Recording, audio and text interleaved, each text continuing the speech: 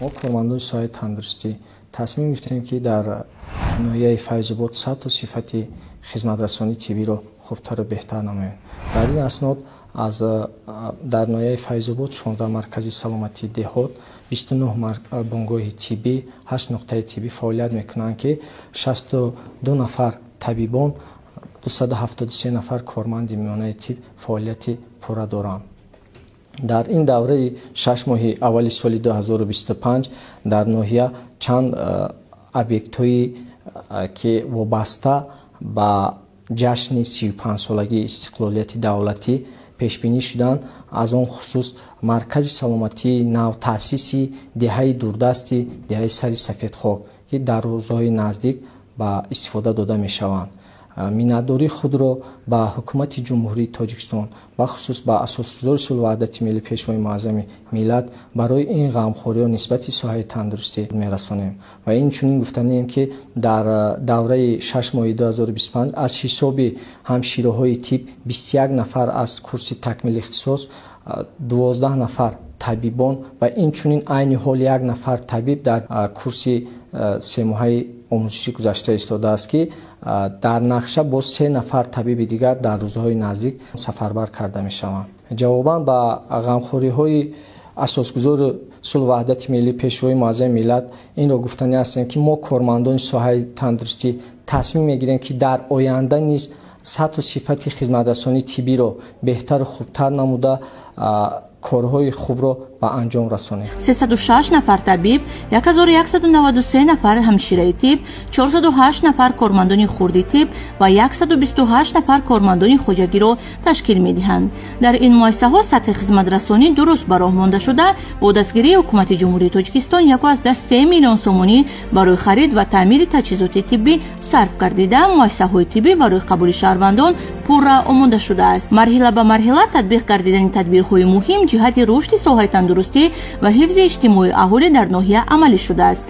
مطابق استراتژی حفظ سالمی اهالی جمهوری تاجیکستان برای دوره تا سال 2030 بهره باز هم بهتر نمودن خدمت رسانی طبی به اهالی در جمهوری چاره‌های ضروری راه اندازی شده است. با مقصد تامین رشد مؤسسه‌های طبابتی جمهوری تاجیکستان از جمله در ناحیه فیض‌آباد مؤسسه‌های طبی با تجهیزات معاصر طبی و تامین دسترسی اهالی به خدمت رسانی‌های صفتناک طبی در اساس برنامه رشد مؤسسه‌های طبابتی دولتی جمهوری تاجیکستان برای سال‌های 2022-2025 تامین گردید. شماره عمومی زنانی که در 7 ماه سال 2025 به مرکز ریپروداکتیوی مراجعت کردند 61678 نفر را تشکیل داد که نسبت به سال گذشته 567 نفر زیاد است. در مرکز مذکور بهره حفظ سالمی مادر و کودک تشخیص و طبابت ضروری به راه مانده شده، همزمان کارهای مشورتی با اصول دهه به دهه راه اندازی شده است. متخصصان مرکز طرز حیاتی سالم برای پیشبرد طرز حیاتی سالم اهالی یک قطار چاره‌بینی‌های ضروری را دایر نمودند. شماره مواد اطلاعاتی و فهماندهی به ساکنان ناحیه بیش از 21125 عدد را تشکیل می‌دهد. این تدبیر را برای بلند برداشتن سطح معرفتی طبی و پیشگیری بیماری‌ها راه اندازی می‌شوند. ساحه تندرستی در ناحیه فیض‌آباد در سمت حفظ سلامتی مادر و کودک، تشخیص بروقتی بیماری‌ها، پیشگیری تولد پیش از مهلت و بلند برداشتن سطح معرفت طبی اهالی کامیاب گردیده، طبیبان رسالت خویش را صداقتمندانه اجرا می‌نمایند. در این مرحله رشد از حساب مبلغ‌های بودجه محلی و جلب سرمایه بیرونه، تعمیر و ترمیم بیمارخانه‌های منطقوی، بنگاه‌های طبی و شعبه‌های معالجوی، قلب و اندوکرینولوژی، احیاگردانی و فونکسیونالی، سرایتی، تولدخانه و بیمارخانه مرکزی ناحیه، بینای آزمایشگاه مرکزی از تعمیر برآورده شد. دسترسی تجهیزات معاصر تشخیصی امکان می‌دهد که سطح خدمت رسانی طبی در دهات هم بهتر شود.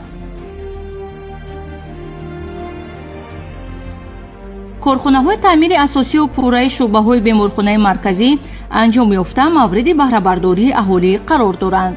مرکز نوی سلامتی برای 150 قبول در یک بخش بوده با تجهیزات نوی تشخیصی و طبابتی مجهز شده است. در مرکز سلامتی دستگاه‌های طبی برای تشخیص روده معده، دستگاه برای دکترانی دندان، بیماری‌های چشم موجود است.